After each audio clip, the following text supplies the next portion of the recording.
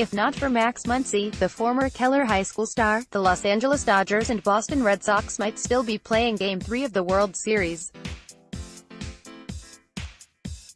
If not for Ian Kinsler, the former Texas Rangers All-Star, the Red Sox might have a 3-0 lead in the Fall Classic. Muncy ended the longest game in World Series history early Saturday morning with a solo homer in the 18th inning as the Dodgers walked off with a 3-2 victory and put life back into their series chances. "This was a gut-wrenching game for both sides," said Muncy, who nearly hit a walk-off homer in the 15th. "This is one of those games that whoever came out on top is going to have a lot of momentum going into tomorrow. This was an extremely long game, 18 innings. A lot of pitchers were used. Every position player was used. Injuries on both sides. Their guys are banged up, our guys are banged up. It's one of those things when you're able to come out on top from a game like this, you have to feel it gives you a little momentum going to the next one." The Dodgers, though, needed a throwing error on Kinsler with 2 outs in the 13th to forge a 2-2 tie. That came 3 innings after Kinsler was thrown at home plate trying to score on an Eduardo Nunez fly ball to center field. The out at home shouldn't be held against Kinsler, though Red Sox fans were perturbed by his entire trip around the bases. He was nearly picked off at first base as a pinch runner, and he slid past third base after a single by Brock Holt of Stephenville.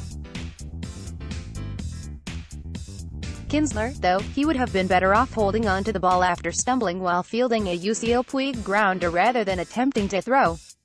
It was well wide of first baseman Mitch Moreland, another former Rangers player, allowing the tying run to score and turning one of the longest games in World Series history into the longest at 7 hours, 20 minutes. "I'm just trying to do whatever I can to help this team win," Kinsler told reporters. "I feel terrible. I feel like I let the team down right there. I lost my footing a little bit, but right there I was trying to keep the ball in with a guy on second base, try not to let that ball go up the middle.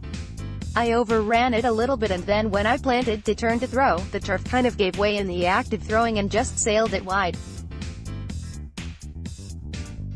I just had the last out in my glove and couldn't get it over there. It was tough to swallow." Muncy, who went to Baylor, ended it with an opposite field shot off hard-throwing right-hander Nathan Eovaldi. It was the latest big moment in an out-of-nowhere season for Muncy, who opened 2018 at AAA.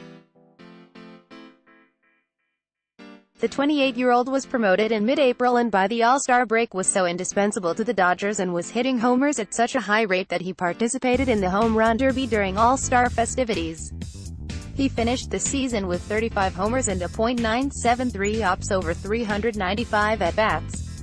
His 11.3 at-bats per homer rate led MLB. "It's been a dream," Muncy said.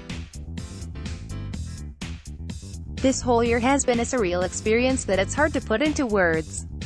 But just getting a chance to play in the World Series has kind of capped it off.